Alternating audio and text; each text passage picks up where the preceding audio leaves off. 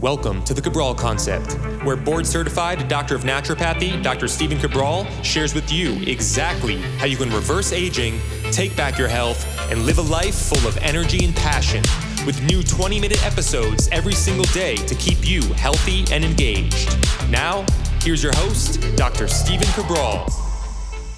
Hey everybody, welcome back to the show. Today is hopefully going to be a great one for you. We're going to be going over the differential stress resistance hypothesis, why this is so important, especially in regards to cancer, not only hopefully preventing cancer to a degree, but certainly making it far more effective if one is treating cancer. So again, whenever I use the word treat or cancer, I have to give you the disclaimer that I'm not here to provide you with any medical advice, medical diagnosis, medical cures, or medical intervention of any kind. But what I want to share with you is breakthrough research. So over the past, I would say for sure 5 years, but definitely honing in the last 3 years, I've been studying a lot about anti-aging.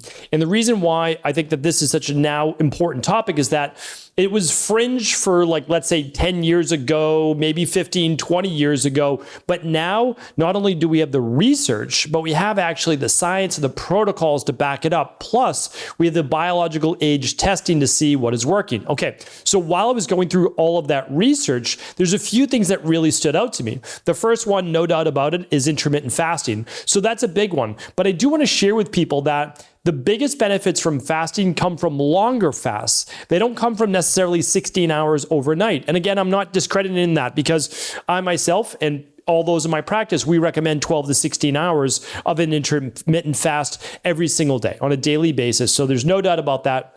Even if it's just 7 at night to 7 in the morning, we definitely recommend 12 hours, ideally 14 hours or so for most people. Most people can do about 6 at night to 8 o'clock in the morning. Not everybody, totally understand that. But that seems to be really appropriate, at least in our private practice. What I want to share with you though is that the big developments in fasting are really in the 2 and 3 days, closer to 3 days. And the reason is that there's just far more autophagy that takes place, which is basically the cellular cleanup. But they found something that goes well beyond just cellular cleanup, meaning getting rid of a lot of the diseased tissue, growing cancer cells, etc. That's super important, don't get me wrong. But what they found is that something interesting happens within the body at that essentially 3-day mark. And I've actually gone through a podcast that goes through 12 hours, 18 hours, 24 hours, 36 hours, 72 hours. So I tell you all the different things that are happening in your body, like the depletion of white blood cells, etc. So what I'll do is I will link up that show on today's show, which is episode 2769. You'll be able to find all the show notes, the 3 big takeaways at stephencabral.com/2769. We'll also link up all the previous intermittent fasting shows in case you are new to the topic or you want to get a little bit more advanced as well, no matter where you are in your research. All right, so I'm going to go over the differential stress resistance hypothesis, then I'm going to tell you what it all means in terms of normal speak. All right, here we go. So, the differential stress resistance hypothesis is a concept that originates from the realm of cancer biology and treatments, particularly in the context of therapies like fasting or caloric restriction. So, differential stress resistance hypothesis is a hypothesis that posits that normal cells and cancer cells respond differently to stress. Under certain stress conditions, such as those induced by fasting or caloric restriction, normal cells enter a protective mode, making them more resistant to stress. This is a protective adaptive response that potentially evolved over millennia as a way for cells to survive under nutrient-scarce conditions. Cancer cells, on the other hand, are often characterized by uncontrolled growth and a constant need for nutrients to support this growth. Because of these characteristics, they do not respond to the same stressors in the same way as normal cells. Instead of entering a protective mode, they become even more vulnerable under certain conditions of stress, like fasting.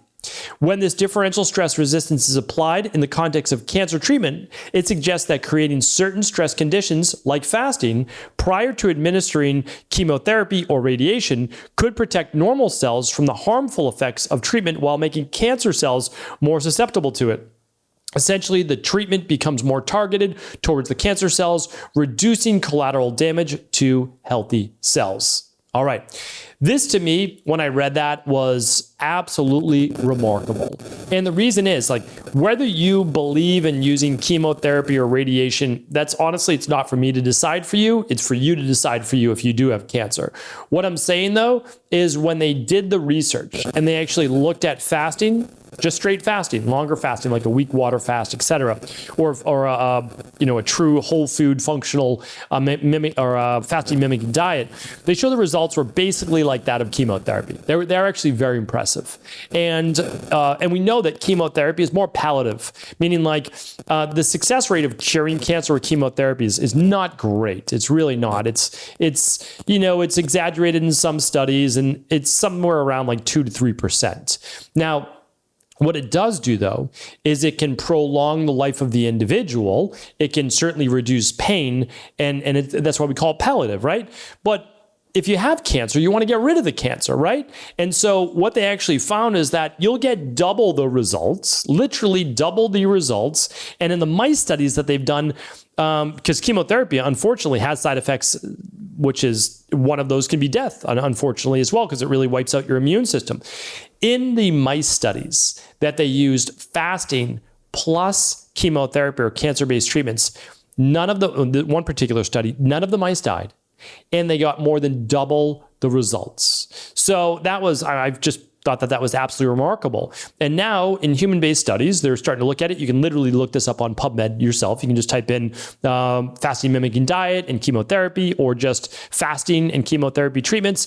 And even the more advanced oncologists now, if the person's not too weak, because sometimes obviously if you've been doing cancer-based treatments for a while, you might be quite weak. You might not have a lot of weight to be able to lose. But this is essentially, and again, I'm not giving you any medical advice, all right? I'm not telling you that this is a cure for cancer. I can't do that. But what I want to share with you is to give you your best hope, and not just hope, but an actual protocol. So this is not the only thing that you should do, by the way. Like, again, I've talked about it just in a couple other Friday reviews. Again, whether you're going natural treatment or you're doing conventional medicine or a blend of both. And again, I support people however they want me to help them support them, right? In a cancer-based support protocol. But I wouldn't recommend this as the only thing. However, here are the results. Fast, 1 to 2 days, water, maybe some herbal teas only for a day or two before chemotherapy. Let's say it's a 1-day treatment, okay? Then you're fasting the day of the chemotherapy, and then you're fasting for 1 or 2 days after that. So it's a total of anywhere between 3 to 5 days, depending on how strong the body is and how adaptive it is to being able to fast. But the fasting 2 days before, and they've actually shown this now for surgery as well, you'll repair that much faster. The cells, as we just read and you just heard, are going into a protective based mode, the healthy cells, but the cancer cells can't. They are a fast growing, they are an energy consuming pathogen in the body that needs the glucose. It needs the amino acids like glutamine. And it can survive, honestly. Like, that's the thing. People say, well, you can just go on a no carb diet. I don't know, like, to a degree, I've seen that work in like brain tumor studies. If you just go completely like 0 carbs, I have, but other cancers, I have not seen that. Especially like a pancreatic cancer and others, because actually when the body goes into a state of autophagy with those types of cancers, the cancer cell actually has the ability to have part of its cell die off, and then it actually eats that part of the cell during autophagy for energy, for life. So there are some that are definitely more challenging than others. There's no doubt about it. And that's why I would use these in conjunction with other protocols. But again, I don't say any of this to give you false hope or to take away hope. I think that there is hope for everybody. The goal is to always find it early using a lot of the methodologies that I talk about in high performance health in the 10 mortality or vitality tests to actually find these things at stage 1 or earlier. That's obviously the goal, using either blood work or full body scans or whatever you might want to do to be able to find this earlier. But then using the best of natural health, and if you choose to, chemotherapy or conventional based methods to combine them together. Again, as an integrative health practitioner, I am a board certified doctor of naturopathy, so I don't use any pharmaceuticals. I don't use any conventional method or medicines, but that doesn't mean that I can't support someone who's going through some type of therapy where they want the best of all worlds. And I'll say, sure, here's how I can help you with those things. And that's what we do. And again, so the thing I think that a lot of health practitioners, if they've been in practice long enough, is that you do whatever is best for the patient or the client. You want to help them. It's their goals, not necessarily your methodologies, but how can you best help them? So I wanted to share this with you here today. As always, do feel free to share this show with anyone you believe it can serve. All the show notes will be at stephencabral.com/2769 for all of the details, the big takeaways, and again, the previous shows on intermittent fasting. Take care, everybody. Have an amazing day. I'll talk with you soon.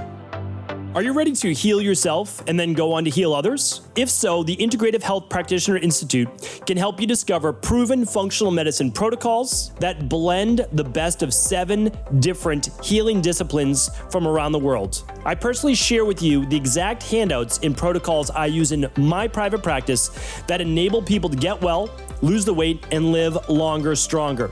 I want to pass this information on to the next generation of health coaches, and that is exactly why I created IHP. We are the future of the health coaching industry, and the skills and knowledge you will learn will make you an in-demand certified health coach anywhere in the world. Although we have many medical professionals taking the IHP certifications, no experience is necessary, and half our members have no previous health certifications. At the Integrative Health Practitioner Institute, our motto is a health coach in every home. Our goal is that you take this knowledge and then share it with family, friends, loved ones, your community, or in a practice where you create a career you love and can be proud of. The global IHP community is filled with some of the most kind and caring people in the world, and we can't wait to welcome you into our world soon. For more information or to set up a discovery call with one of our IHP Health Coach graduates, simply head over to integrativehealthpractitioner.org.